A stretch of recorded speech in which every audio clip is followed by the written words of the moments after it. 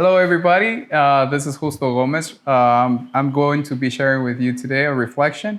I'm a Jesuit. I'm working here as in the SJC. A reading from the Holy Gospel according to Matthew. As Jesus was going up to Jerusalem, he took the 12 disciples aside by themselves and said to them on the way, "Behold, we are going up to Jerusalem, and the Son of Man will be handed over to the chief priests and the scribes, and they will condemn him to death and hand him over to the Gentiles to be mocked and scourged and crucified, and he will be raised on the third day." Then the mother of the sons of Zebedee approached Jesus with her sons and did him homage, wishing to ask him for something. He said to her, "What do you wish?" She answered him, "Command that these two sons of mine sit, one at your right and the other at your left in your kingdom." Jesus said in reply, "You do not know what you're asking. Can you drink the chalice that I'm going to drink?" They said to him, "We can't." He replied, "My chalice you will indeed drink, but to sit at my right and at my left, this is not mine to give, but is for those for whom it has been prepared by my Father." When the 10 heard this, they became indignant at the two brothers.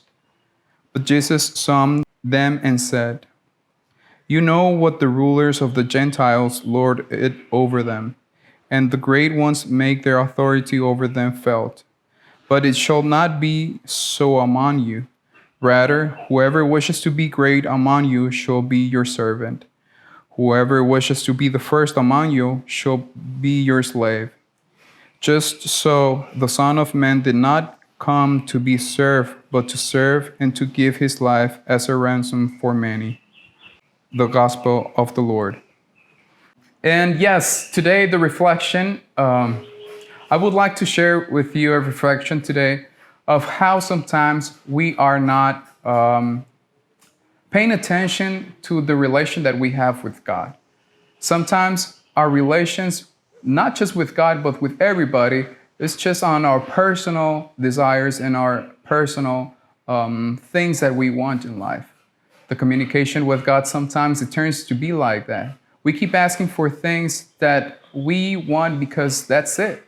And I will say this because just in the passage right now that we just listened, the mother of Zebedee's son, she just, let's say, interrupts what he is telling to the disciples. Jesus is telling to his disciples what is going on, right? What is going to happen. But what happens with her? She comes and tells him, "All right, it's fine what you're telling these guys, but this is what I want. This is what I want to happen with my sons," right? She's going into some struggle. She's having maybe a hard time following up with them, following up with Jesus. And she has her own desires, her own needs, right? But it's a time to understand where we're at right now with this relation with God, where we are at right now in our lives. And from there, try to listen.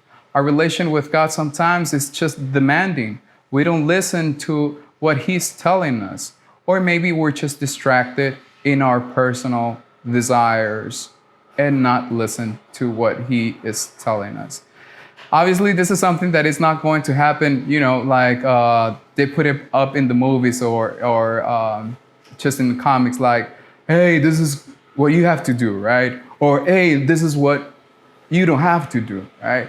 It's pretty much to have a sense to listen and look around and see what's going on in our lives with the people that we meet, with our colleagues at work, and see exactly, try to be there, take it easy, calm down and try to go from there, right? This is just what happened to me the other day at school, and I remember I just passed the test. The instructions, they were clear. The instructions on this test, it was answer your questions using the chart and leave the test on your desk, and when you finish, you go, all right? So I passed the test, we read the instructions, and then still this guy raised his hand and tells me, "Mr. Gomez, so we have to answer the questions using the chart, and then we just leave the test here on the table and we go. And I say, yes, that's just what we read right now, right? And sometimes that's what happens in our lives. Sometimes we need that confirmation, right?